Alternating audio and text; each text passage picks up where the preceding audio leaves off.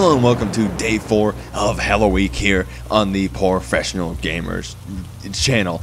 I almost meant, you know, that we're rolling with it. We always roll with it. That's what we do. We roll with it.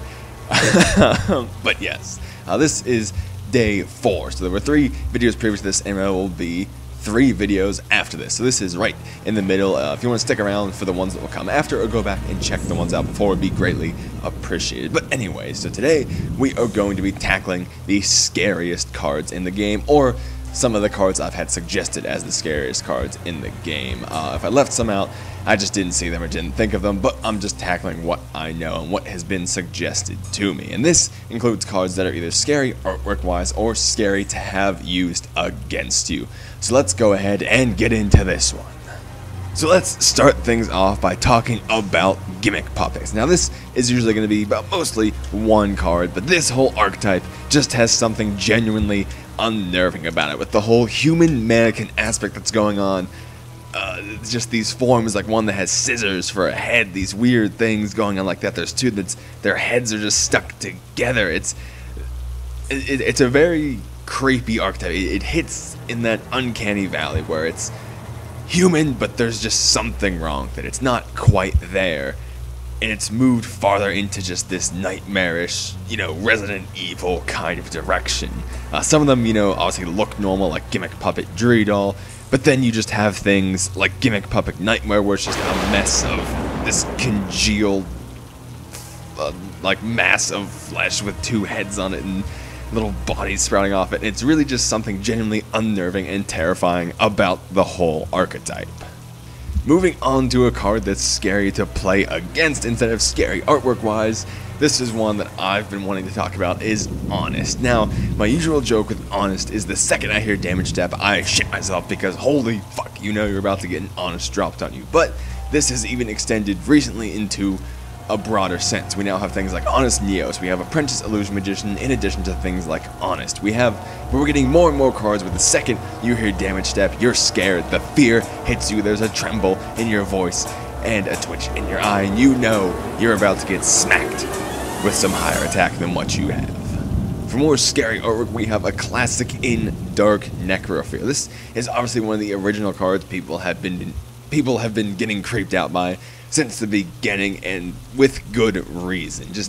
There's again something just unnerving about the artwork. The way it's just cradling this, doll with a massive head with this hole in it, just one arm hanging down, and it's just standing there, almost perfectly straight on, just staring at you. There is just something genuinely weird and unnerving about the card.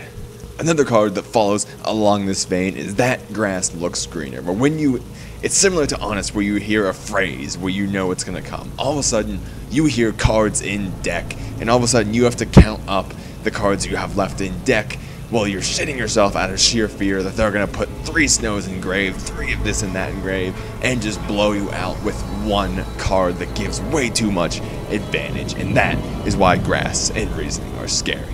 Now this one is a more broad category that involves just a lot of the Gen 1 artwork. Things like Embryonic Beast. It's just something about Gen 1 and the first generation of artworks had that something scary about them. Not quite scary, but almost unnerving. They were creepy, but in the cards were creepy, but in more of a dark sense. They felt real and kind of terrifying. Like, these weren't just monster cards, they were actual monsters. And there's a lot of good examples of this from some of the original monsters, like Embryonic Beast, Gate Deeg, where it's just opening itself up, and I think the text is something like there's like a black hole inside of it, basically. Even cards that weren't, genuinely seemed like they were intended to be scary. Obviously we had zombies and things like that, but even simple cards like Armail, it's just this, it just has that look, there's something dark and mysterious about it, and it's something that they really fell away from as the game progressed. Moving on to something I just thought of, we have Ancient Jar and all the jars, like Morphing Jar, Morphing Jar number 2, things like that. Again, it's just, there's something strange about it, there's something off about it. It has almost that, I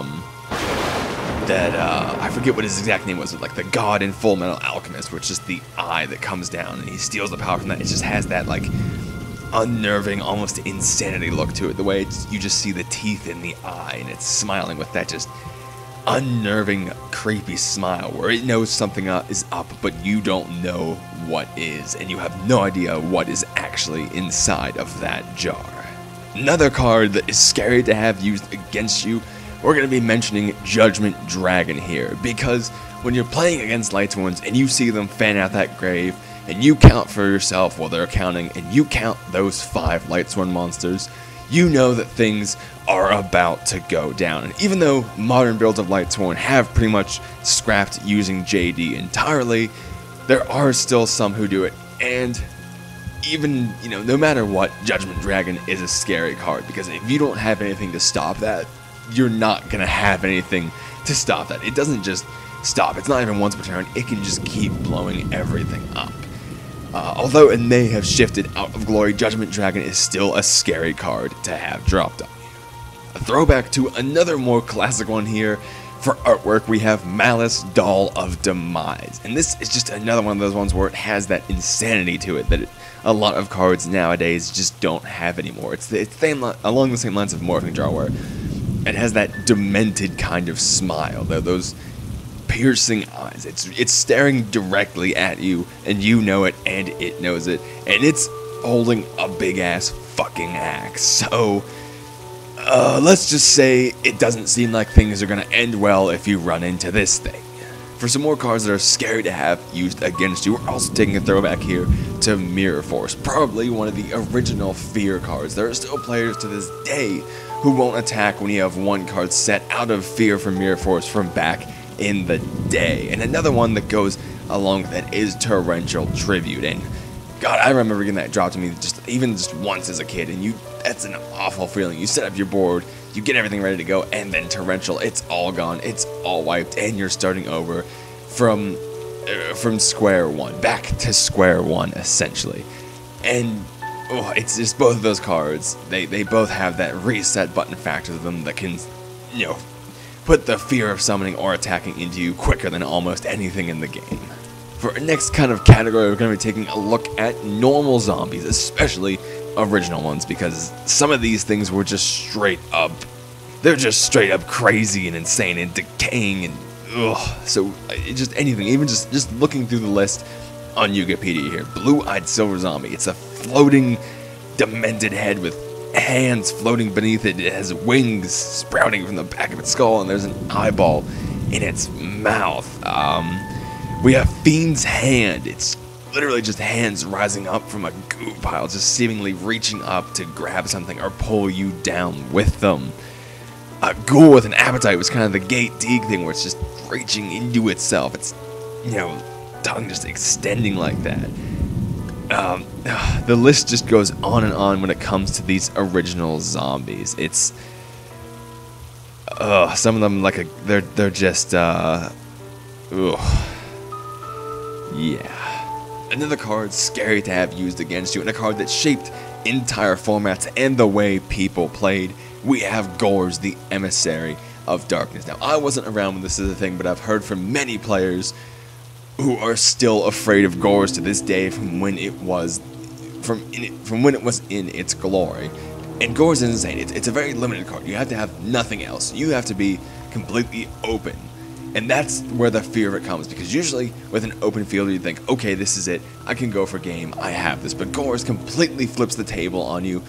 You get a token that can take out whatever monster they had that did the most damage. You have a Gors now. All of a sudden, you're taking the advantage back for yourself when it seemed like your opponent had all of it, and that is a scary thing to face. Now, another category that actually was very creepy when Yu-Gi-Oh! First started was normal plant-type monsters. It wasn't quite as much as zombies, but there was some slightly unnerving stuff included in there. Just things like Abyss Flower. It just has that face. It's this plant with a face, and it doesn't even look like it could hurt you, but it's still unnerving in some way. I don't even know how to say this one. Arlowinade. We didn't even have this. A lot of these we don't even have in the TCG, but this thing is just straight up. It has that look to it, almost like a succubus look to it, like a siren, like it's gonna pull you in, but behind it has these thorns that it's some kind of Black Widow shit going on there. There's also a lot of weird tree ones, like Snake Yashi and Yashinoki, where they're just these trees that are like snakes with these mouths, like it's just gonna come and swallow you, and you don't even know what would be inside of it because it's a fucking tree that's a snake. I don't know, again, it's just a lot of these, there's just something dark and unnerving about them, and it's something that was actually really cool about the old cards. And of course, the scariest plant normal monster of all, we have the terrifying, the powerful, the all-ending Jerry Beans Man. Another card that can be scary for a very specific reason is Emergency Teleport, and this probably falls best within the realm of Cosmo, because you could think you're okay. You could be sitting there and go, okay, they don't have enough to kill me. You could think out every single play, every move that they could do, and then all of a sudden you see an Emergency Teleport flipped, and you know a Farm Girl's coming out, and you know a Dark Destroyer is coming out after that, and you know something else is coming out after that, and all of a sudden, you're dead. For another for another creepy and unnerving artwork, we have Hellpomer. Now, this one is just, it's weird. There's some runes coming out behind this cross and circling around him. He's attached to this cross in a weird way. He has this ring that, you know, is holding him on. His arms, his hands, these long and spindly fingers on these thin arms. He looks starved and almost screaming, even though we can't actually really see his face. And it's not even dark. It's actually a very bright artwork. There's a lot of color to it, but it's kind of offset by this dark figure. Some darkness kind of flowing in the background. His shadow hitting onto the cross. So it's almost deceptive in that at a first glance, you know, it's just, there's this bright yellow, there's this red in the background, this light blue, but it's really covering up this dark and, you know, unnerving, creepy figure.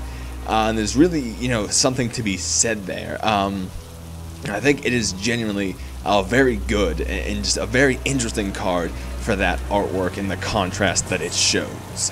Of course, it wouldn't be a list of scary cards if we didn't have the classic Raigeki on this list. One of the most overpowered cards of all time since the very beginning of the game. It has essentially no cost to it other than the card itself, and can make your opponent lose 5 of their own cards at, again, no cost to yourself. And you can play the whole game exactly right, you can do everything right, and still have fear of loss struck into you by a single card like Raigeki. And this also includes cards like Dark Hole, and to even a more extent sometimes, Interrupted Kaiju Slumber, because it's not done right there. You then have to play around them grabbing another kaiju by banishing it from the grave. It's a fear that never quite subsides when it's Interrupted Kaiju Slumber. Sticking with the theme of board wipes, how about some spell and trap removal with cards like Heavy Storm and Harpy's Feather Duster?